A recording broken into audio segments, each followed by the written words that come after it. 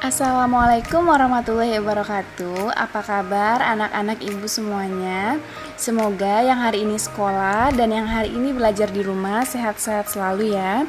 Hari ini kalian akan belajar mengenai perumusan dan pengesahan Undang-Undang Dasar 1945 Negara Republik Indonesia bersama Ibu Salsa Augustila. Pertama, kita akan masuk mengenai perumusan dan pengesahan Undang-Undang Dasar 1945. Sebelum lebih lanjut, kita harus mengingat dulu ada 2 poin penting dalam perumusan dan pengesahan UUD 1945. Yang pertama, Pancasila adalah dasar negara kita. Sedangkan Undang-Undang Dasar 1945 itu adalah hukum dasar atau hukum tertinggi di Indonesia, yaitu konstitusi tertulis dan juga konstitusi tidak tertulis. Sedangkan poin kedua yaitu ketika kita bangsa Indonesia ini merdeka pada tanggal 17 Agustus 1945, Undang-Undang Dasar 1945 itu belum ada. Alias kita belum memiliki undang-undang pada saat itu. Selanjutnya, apa konstitusi itu? Bagi yang sudah mendengarkan kata konstitusi mungkin tidak asing lagi. Namun, soal pengertiannya, konstitusi itu adalah hukum dasar yang mengatur negara yang dijadikan pegangan dalam pemerintahan negara secara tertulis maupun tidak tertulis. Undang-undang dasar adalah naskah yang memaparkan tugas-tugas pokok dari badan pemerintahan negara dan juga menentukan cara kerja badan negara tersebut.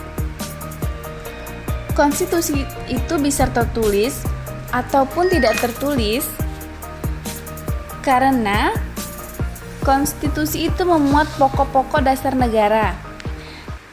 Contoh dari konstitusi yang tertulis itu adalah peraturan-peraturan yang ada dalam Undang-Undang Dasar 1945. Sedangkan konstitusi yang tidak tertulis itu adalah seperti konvensi, yaitu atau yang kita kenal dengan kebiasaan. Kebiasaan itu bisa muncul dari kebiasaan ketatanegaraan yang sering timbul dalam sebuah negara seperti permusyawaratan yang dilakukan oleh MPR untuk mengambil keputusan. Namun, konstitusi tidak tertulis itu juga ada dalam kehidupan kita dalam kehidupan sehari-hari.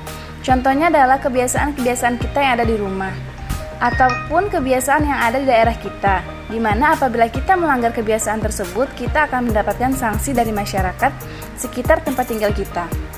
Setelah kita mengetahui pengertian konstitusi tertulis dan tidak tertulis, kita harus tahu dulu mengapa Undang-Undang Dasar itu penting untuk ada di Indonesia.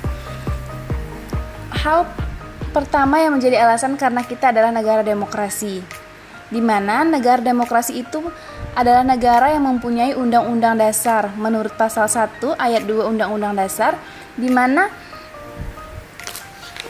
yang isinya adalah kedaulatan berada di tangan rakyat dan dilaksanakan menurut undang-undang. Maka dari itu, sebagai negara demokrasi, kita wajib mempunyai undang-undang dasar. Undang-undang dasar merupakan bagian terpenting dari suatu negara untuk membatasi kekuasaan pemerintahan agar penyelenggaraan kekuasaan negara tidak sewenang-wenang, sehingga hak dan kewajiban warga negara lebih terlindungi. Apabila undang-undang itu tidak ada, pemerintah bisa semena-mena terhadap kita. Maka dari itu, undang-undang itu sangat penting untuk ada di negara kita. Karena segala bentuk peraturan dan sanksi-sanksi yang ada di Indonesia termuat lengkap dan detail di dalam Undang-Undang Dasar. Sehingga kita sebagai warga negara dapat memenuhi hak dan kewajiban kita sebagai warga negara. Lalu, kapan UUD 1945 itu disahkan? Merujuk dari buku Konstitusi dan Konstitusionalisme karangan Jimli Asidik, disebutkan bahwa karangan UUD 1945 pertama kali dipersiapkan oleh BPUPKI. Hal itu dilakukan pada masa sidangnya yang kedua pada tanggal 10 Juli sampai dengan 17 Juli 1945. Namun, saat itu hanya dibahas hal-hal teknis tentang bentuk negara dan pemerintahan baru yang akan dibentuk. Seiring berjalannya waktu, dalam masa persidangan kedua itu dibentuk lagi Panitia Hukum Dasar dengan anggota 19 orang yang saat itu diketuai oleh Insinyur Soekarno. Namun, Panitia Dasar itu membentuk lagi sebuah panitia kecil atau yang sering kita sebut dengan Panitia 9 yang diketuai oleh Mr. Supomo dengan anggota yang terdiri dari Wongso Negoro, R. Soekardjo, A. Maramis, Panji Singgi, Haji Agus Salim, dan Sukiman. Kemudian, panitia kecil perancang Undang-Undang Dasar 1945 pada tanggal 13 Juli 1945 berhasil membahas beberapa hal dan menyepakati antara lain ketentuan tentang lambang negara, negara kesatuan, sebutan untuk MPR, dan membentuk panitia penghalus bahasa yang terdiri atas Djajadiningrat, Salim, dan Supomo. Kemudian rancangan Undang-Undang Dasar itu diserahkan kepada panitia penghalus bahasa. Kemudian dilanjutkan lagi pada tanggal 14 Juli 1945, BPUPKI mengadakan sidang dengan agenda pembicaraan tentang pernyataan kemerdekaan. Panitia perancang Undang-Undang Dasar melaporkan hasilnya. Pasal-pasal dari rancangan Undang-Undang Dasar itu berjumlah 42 pasal, dan dari 42 pasal itu terdiri dari 5 pasal masuk tentang aturan peralihan dengan keadaan perang, serta 1 pasal lagi mengenai aturan tambahan. Kemudian, panitia kecil melaksanakan sidang lagi pada tanggal 15 Juli 1945. Dilanjutkan dengan pembahasan mengenai rancangan Undang-Undang Dasar.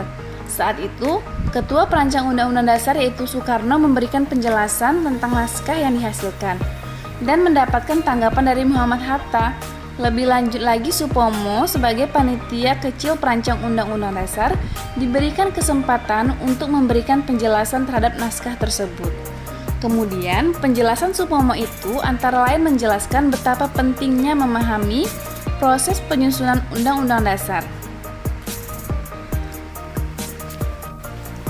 Kemudian, pada tanggal 16 Juli 1945, naskah Undang-Undang Dasar itu akhirnya diterima dengan suara bulat dari seluruh peserta sidang BPUPKI pada tanggal 16 Juli. Selain itu, juga diterima usul-usul dari Panitia Keuangan dan Panitia Pembelaan Tanah Air. Dengan demikian, selesailah tugas dari BPUPKI. Selanjutnya mengenai pengesahan Undang-Undang Dasar Negara Republik Indonesia tahun 1945. Sehari setelah proklamasi kemerdekaan, Panitia Persiapan Kemerdekaan Indonesia menggantikan BPUPKI yang resmi dibubarkan pada tanggal 17 Agustus 1945. Kemudian, PPKI melaksanakan sidangnya yang pertama yaitu pada tanggal 18 Agustus 1945, di mana PPKI saat itu diketuai oleh Soekarno. Proses pembahasan mengenai Undang-Undang Dasar berlangsung dalam suasana yang penuh kekeluargaan, tanggung jawab, cermat, dan teliti, dan saling menghargai antar anggota. Pembahasan rancangan Undang-Undang Dasar menghasilkan naskah pembukaan dan batang tubuh. Undang-Undang Dasar ini dikenal dengan sebutan UUD 1945. Melalui Berita Republik Indonesia, pada tanggal 15 Februari 1946, penjelasan Undang-Undang Dasar menjadi bagian dari Undang-Undang Dasar 1945. Dalam sidang PPKI pada tanggal 18 Agustus itu dihasilkan beberapa keputusan. Keputusan yang pertama adalah mengesahkan Undang-Undang 1945, yang kedua menetapkan Insinyur Soekarno sebagai Presiden dan Muhammad Hatta sebagai Wakil Presiden Republik Indonesia, serta membentuk Komite Nasional Indonesia Pusat. Sidang PPKI telah melakukan beberapa perubahan rumusan pembukaan Undang-Undang Dasar dari naskah Piagam Jakarta dan rancangan batang tubuh Undang-Undang Dasar 1945. Hasil sidang kedua PPKI, 4 perubahan yang disepakati tersebut antara lain adalah: yang pertama, kata mukadimah diganti dengan kata pembukaan. Yang kedua, sila pertama, yaitu ketuhanan dengan kewajiban menjalankan syariat Islam, diganti menjadi ketuhanan yang Maha Esa.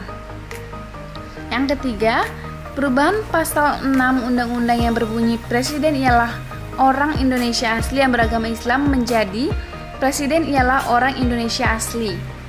Yang terakhir, pasal 24 Undang-Undang 1945 yang berbunyi negara berdasar atas ketuhanan dengan kewajiban menjalankan syariat Islam bagi pemeluknya, diganti menjadi pasal 29 UUD 1945 yang berbunyi negara berdasarkan atas ketuhanan yang Maha Esa. Demikianlah pembelajaran kita pada hari ini. Sampai bertemu di pelajaran berikutnya.